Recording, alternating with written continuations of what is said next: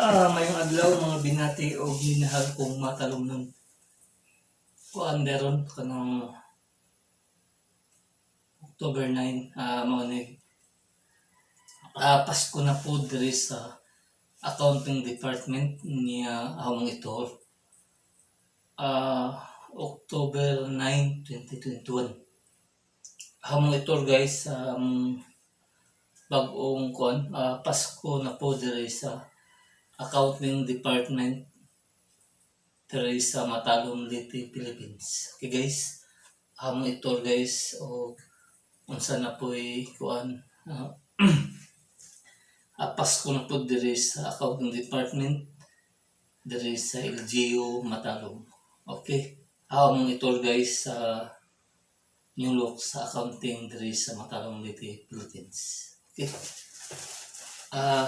Merry Christmas to all Matalom nun.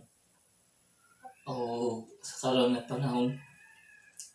Magtinabangay dito kanunay niya ato gayong suportahan ang administrasyon kanunay headed by to our beloved Mayor Eric S. Merry Christmas advance niya magtinabangay kita niya together we work as one. Welcome to my channel. Welcome to Eko TV News, ang channel sa Kalambuan sa lungsod sa Matalom. Ang ito guys.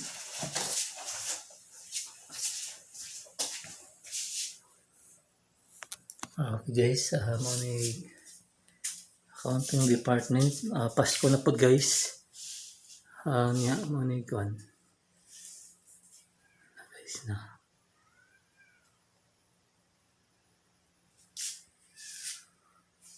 Guys.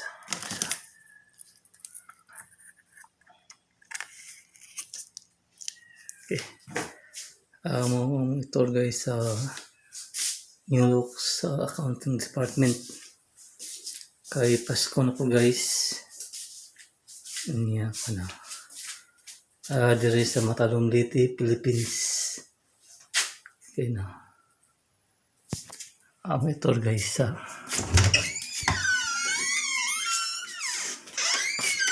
okay. Pasko na po diri sa accounting department diri sa Matalom, Leyte, Philippines. Kamay guys. Okay.